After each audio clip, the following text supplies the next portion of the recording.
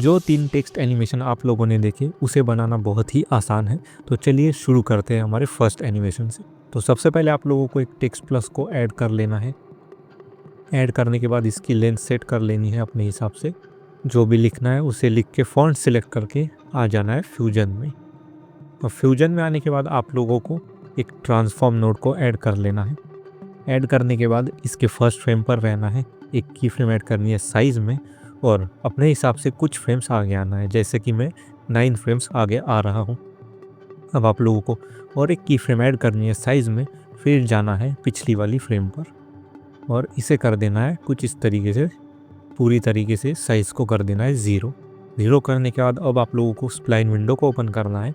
यहाँ से साइज़ को सिलेक्ट करना है और जूम टू फिट के ऊपर क्लिक करके यहाँ पर क्लिक करके इन दोनों पॉइंट्स को सिलेक्ट करके राइट क्लिक करना है अपने इस वाले विंडो में। अब आप लोगों को ईजिंग में जाना है और यहाँ से आउट क्यूबिक को सिलेक्ट करना है और अब ये जो आप लोगों को हैंडल दिख रहा है इसको कुछ इस तरीके से ऊपर ले आना है, ताकि जो हमारा ग्राफ है ये वाला कुछ इस तरीके से बने।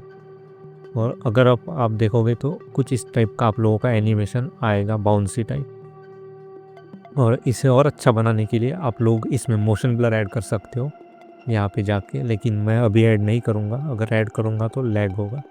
तो अब आप लोगों को क्या करना है, शिफ्ट प्लस स्पेस बार दबानी है और जूम ब्लर को ऐड कर लेना है।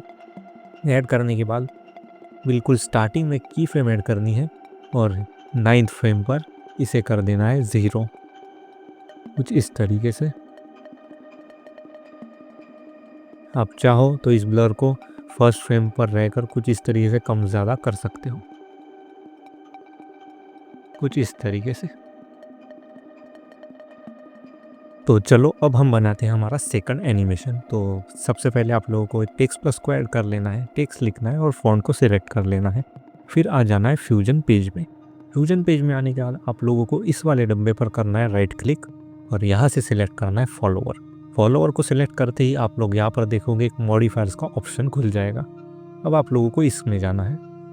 इसमें जाने के बाद अब आप लोगों को यहाँ पर 0 फ्रेम पर आना है और एक की फ्रेम ऐड करनी है ट्रांसफॉर्म में ऑफसेट के ऊपर और ये आप लोगों को पाथ में ले जाएगा। फिर से आप लोगों को डबल क्लिक करके फॉलोवर में आना है और कुछ फ्रेम्स आगे आना है, जैसे कि मैं 15 फ्रेम्स आगे आ रहा हूँ और एक की फ्रेम ऐड करनी है। फिर जाना है पिछली वाली की फ्रेम पर और उसे कुछ इस तरीके से फिर नीचे ले आना है।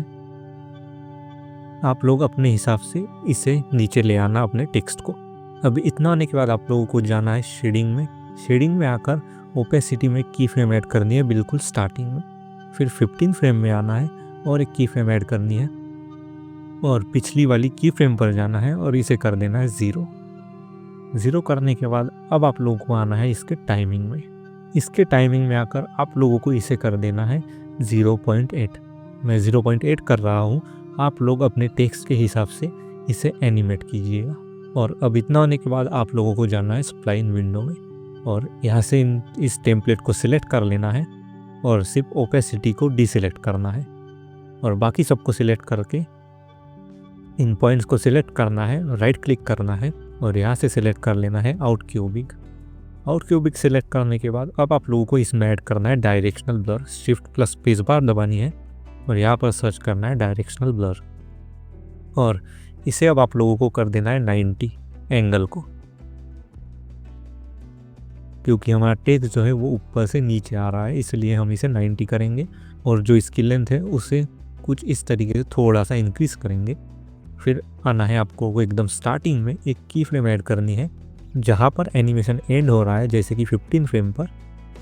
इसे कुछ इस तरीके से आप लोगों को नॉर्मल कर देना है। अगर आप चाहो तो इस एनिमेशन को कुछ अलग तरीके से भी एडिट कर सकते हो। मेरा मतलब है कि अगर मैं टेम्पलेट को सिलेक्ट करूं, मॉडिफायर्स में जाऊं, अब आप लोग यहाँ पर देखोगे ट्रांसफॉर्म में ये कैरेक्टर्स पर है, मैं इसे कर देता हूँ वर्ड्स पर। तो अगर आप देखोगे तो जो हमारी की फ्रेम्स है वो हट चुकी है, की फ्रेम्स हट चुकी है, लेकिन एनिमेशन अभी भी है। तो ये वर्ड्स को मैं सबसे पहले डबल क्लिक करके इसे रीसेट करूँगा और यहाँ से वर्ड्स को सिलेक्ट कर लूँगा। सिलेक्ट करने के बाद मैं इसमें की फ्रेम ऐड करूँगा, फिर से जाऊँगा फॉलोवर में और एक की फ्रेम ऐड करूँगा और अब आऊँगा पिछली वाली की फ्रेम पर और इसे ले आऊँगा नीचे। तो अगर आप देखोगे तो ये अब वर्ड बाय वर्ड आ रहा होगा। तो इसको भी हम स्मूथ कर लेते हैं स्प्लाइन विंडो में जाकर।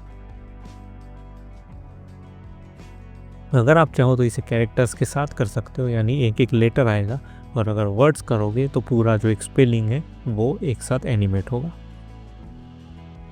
तो चलिए अब हम बनाते हैं हमारा तीसरा एनिमेशन। तो टेक्स्ट को ऐड करने के बाद अब आप लोगों को आना है फ्यूजन में। फ्यूजन में आने के बाद इस वाले डब्बे पर करना है राइट क्लिक और सिलेक्ट करना है फॉलोवर, फिर जाना है इसके मॉडिफायर में और आप लोगों को प्ले हेड को बिल्कुल स्टार्टिंग में ले आना है। फिर जाना है ट्रांसफॉर्म में, ऑफसेट में की फ्रेम ऐड करनी है। ये आप लोगों को पाथ में ले जाएगा। फिर से आप लोगों को आना है फॉलोवर में और 15 फ्रेम्स आगे आऊँगा मैं और एक की फ्रेम ऐड करूँगा और पिछली वाली की फ्रेम पर जाकर इसका जो एक्स ऑफसेट है उसको कुछ इस तरीके से साइड में ले जाना है। और अब आप लोगों को इसके टाइमिंग में जाना है और यहाँ से इसे इंक्रीज़ कर देना है। मैं कर रहा हूँ इसे 0.6। आप लोग अपने टेक्स्ट के हिसाब से इसे एनिमेट कर सकते हो। फिर जाना है आप लोगों को शेडिंग में और एक की फ्रेम ऐड करनी है ओपेसिटी में, बिल्कुल स्टार्टिंग में, और इसे कर देना है 0 और 15 फ्रेम्स पर आना है। जहाँ पर हमारी सेकंड की फ्रेम है वहाँ पर इसे इंक्रीज़ कर देना है। यहाँ पर एक ऑटोमेटिक की फ्रेम ऐड हो जाएगी। फिर आप लोगों को स्प्लाइन विंडो को ओपन करना है और ओपेसिटी को छोड़कर बाकी इन सबको सिलेक्ट कर लेना है। सिलेक्ट करने के बाद पॉइंट्स को सिलेक्ट करके ईज में जाकर आउट क्यूबिक कर लेना है और अब आप लोगों को इसमें ऐड करना है डायरेक्शनल ब्लर। डायरेक्शनल ब्लर को ऐड करने के बाद इसे अपने हिसाब से इंक्रीज़ कर लेना है इसकी लेंथ को और एक की फ्रेम ऐड करनी है बिल्कुल स्टार्टिंग में और 15 फ्रेम में आना है और इसे कर देना है नॉर्मल, कुछ इस तरीके से। अगर आप लोगों को ये वीडियो पसंद आई हो तो लाइक कर देना और चैनल को भी सब्सक्राइब करना और मुझे कमेंट करना कि नेक्स्ट वीडियो किसके ऊपर चाहिए।